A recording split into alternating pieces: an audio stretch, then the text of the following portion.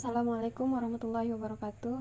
Perkenalkan, nama saya Miftahul Khairat, NIM 200422231 dari Prodi Ilmu Administrasi Negara.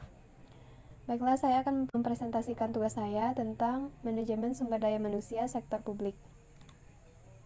Pertama, pengertian manajemen sumber daya manusia. Menurut Hasibuan, mengatakan manajemen sumber daya manusia adalah ilmu dan seni yang mengatur hubungan dan peranan tenaga kerja agar efektif dan efisien membantu terwujudnya tujuan perusahaan, karyawan, dan masyarakat. Manajemen sumber daya manusia juga dapat diartikan sebagai suatu proses menangani berbagai masalah pada ruang lingkup karyawan, pegawai, buruh, manajer, dan tenaga kerja lainnya untuk dapat menunjang aktivitas organisasi atau perusahaan demi mencapai tujuan yang telah ditentukan. Selanjutnya, perkembangan teori manajemen SDM. Generasi pertama, yaitu pada tahun 1800 sampai 1940-an, dinamakan manajemen prapersonalia.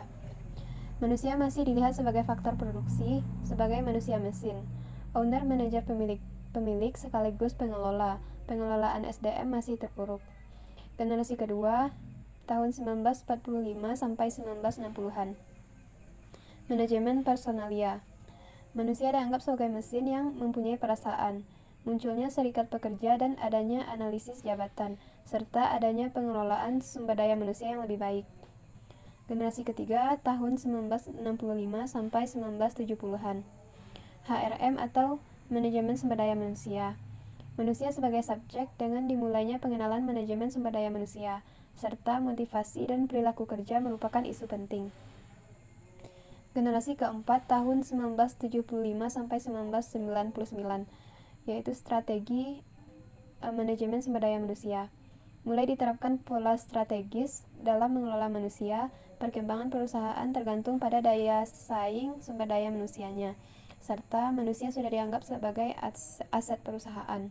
Generasi kelima, tahun 2000 sampai sekarang. Brainware Management atau manajemen perangkat otak. Di Indonesia, masalah SDM baru mulai diperhatikan lebih serius pada tahun 1970-an. Hal ini dibuktikan dengan munculnya undang-undang tentang tenaga kerja, peraturan upah minim, dan kesejahteraan pegawai. Selanjutnya, asumsi dasar teori manajemen SDM. Para pakar perilaku organisasi dan manajemen di Amerika Serikat berusaha untuk lebih memanusiakan doktrin employment at will dengan mengembangkan seperangkat asumsi baru yang melihat hakikat pekerja sebagai manusia yang lebih utuh, untuk melandasi pengembangan konsep atau model sumber daya manusia. Konsep ini lahir dari gagasan tokoh-tokoh seperti Laker tahun 1967, McGregor tahun 1960, Shein 1972, dan Miles 1965. Mereka berasumsi bahwa kerja itu bukanlah beban, dan bahwasanya pada umumnya orang bersedia memberikan kontribusi melebihi dari yang dituntut oleh pekerjaannya. Tugas manajemen adalah bagaimana menggali sumber daya insani dari dalam diri pekerja, melalui penciptaan suatu iklim kerja yang kondusif, di mana setiap anggota perusahaan tergugah semangat untuk memberi kontribusi yang terbaik. Selanjutnya, implikasi model manajemen terhadap peran manajer dalam organisasi. Model-model manajemen dalam organisasi. 1. Model PIE atau Planning, Implementation, dan Evaluation.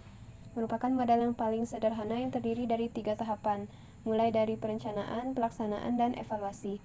Yang kedua, model P1, P2, P3 merupakan model di mana P1 merupakan perencanaan, P2 merupakan penggerakan, P3 merupakan pengawasan, pengendalian, dan penilaian.